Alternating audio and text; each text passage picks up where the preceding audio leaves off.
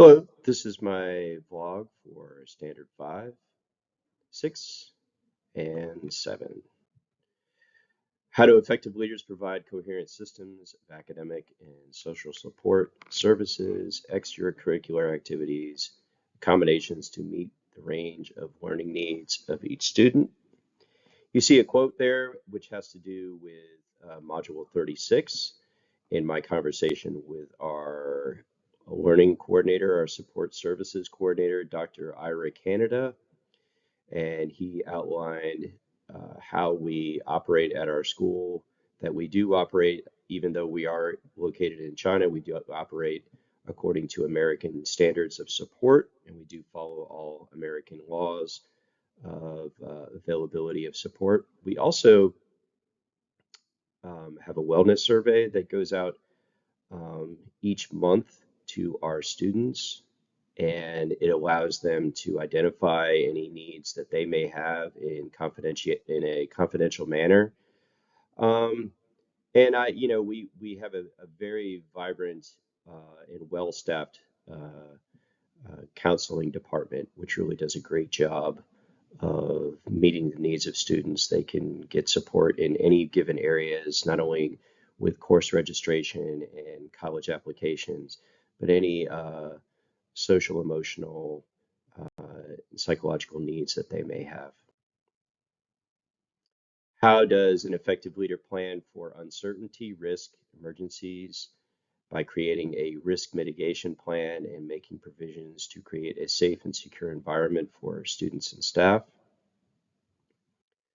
I have a quote from Module 37 on, uh, according to our head of school, the greatest risk that we face at our school currently is the possibility of staff non-compliance, and that it will be a major part of our orientation program last year. We've had a couple lockdown drills at our school recently, and they both have not gone well. And it mainly has to do with staff not doing what they're supposed to be doing or not being educated, even though they have been told what to do on numerous occasions in different platforms. We have a pretty good crisis action plan. I was not privy to the actual action plan, but based on conversations and kind of inferences, I was able to build one for our Nord Anglia requirements. The risk assessment that you see comes directly from my conversation with our head of school. And we definitely have various drills that we follow at school, lockdown drills, fire drills. Um, we even have a plan that we talk about with our students if we need to release early due to snow and ice in the area. Standard 6, professional capacity of school personnel, effective educational leaders. How does an effective leader recruit, hire, support, develop, and retain effective and caring teachers and other professional staff and form them into an educationally effective faculty? The quote you see has to do with one of the things that we do that is really great at our school is the cohort, as soon as they are hired and we know who they are, we form them into a WeChat group. And in that WeChat group is our assistant principal, our head of human resources, and the members of the previous cohort. And those that group really helps to support and develop a relationship and an understanding of the expectations and the nuance of living where we live, and each school has its challenges. We have a very strong and well communicated code of conduct, and I feel that that really helps us to build a firm and a really well designed staff at our school. Um, the code of conduct really gives strong parameters of what is acceptable and unacceptable. As I pointed out with my principal, I feel it also helps us to identify which members of our staff maybe don't need to be members of our staff. And that is an important part of any school. Um, As far as myself personally, I really have benefited from the way our leadership group supports growth. I have gone through my WASC training and are ready for my first WASC visit. Obviously, I've been given lots of support as I go through our Moreland program, and we also make it very easy within the Nord Anglia family, the Nord Anglia system of about 80 schools, to move about from school to school by applying and gaining references through the Nord Anglia portal. How does an effective leader foster continuous improvement of individual and collective instructional capacity to achieve outcomes envisioned for each student? Um, as the head of department, I really try to support my teachers as much as my staff as much as I can. I try to be the first line of defense for any problems or issues that they may be having.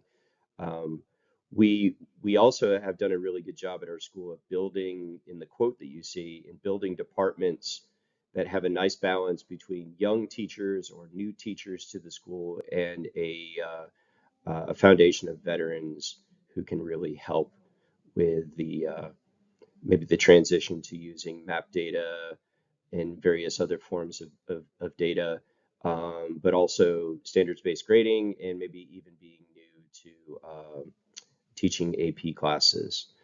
The other thing is that we do have instructional rounds. We do walk around quite a bit at our school and learn from other teachers. I will say that one of the shortcomings and the thing and one of the areas that we need to grow in as a leadership at our school is giving meaningful feedback to teachers and really getting into the classes more and helping us grow in our instructional practices.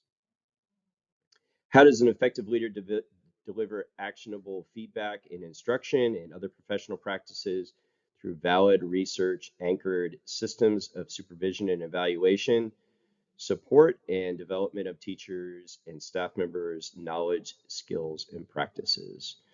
Our EAL department in other areas of our school, we have a tech teacher who does a very good job of creating workshops for us in other areas.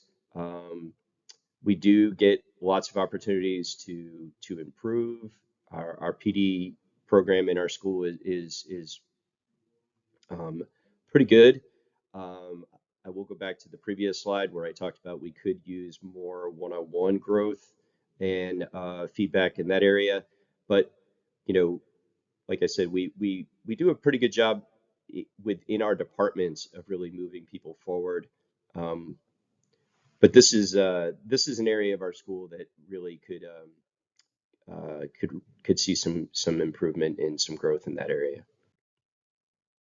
How does an effective leader develop the capacity and the opportunities to support for teachers' leadership and leadership from other members of their school community? And this is a strength of our school. We do a very good job of allowing our teachers to grow, encouraging them to grow into leaders. We have a master's program that has just been announced through Nord Anglia with King's College. We have other, and that's not just a leadership master's program. We have several other avenues that you can pursue. We have a strong relationship with our parent support group, that our student government pulls off massive events, including our Halloween spectacular known as Monster Mash.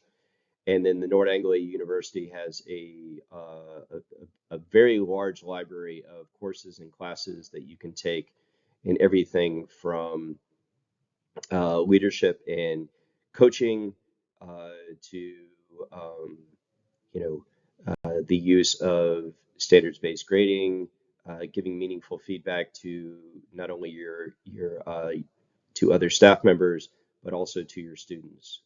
It is a pretty valuable resource. Finally, standard 7, professional community and teachers and staff. How does an effective leader develop workplace conditions for teachers and professional staff that promote effective professional leadership, practice, and student learning? Um, I'm big into surveys. We will be doing that in Module 39, where we survey all the different components of our leadership practices. Um, we also have very nicely created targeted professional development at our school.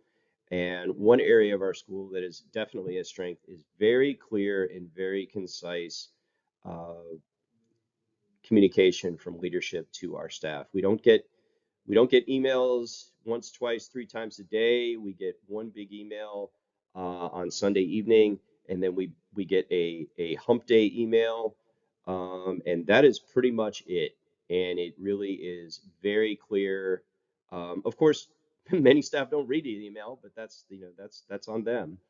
Um, but we very, very, very much a strength at our school of allowing teachers to know what the expectation is and allowing them to move forward. And lastly, how does an effective leader provide opportunities for collaborative examination of practice, collegial feedback, and collective learning? I get feedback from my students quite a bit through surveys. I also engage in meaningful conversations and uh, best practices and opportunities for growth and feedback from our department meetings, which happen every month. And we really do a good job at our school with our tuning protocols, with our standards-based grading.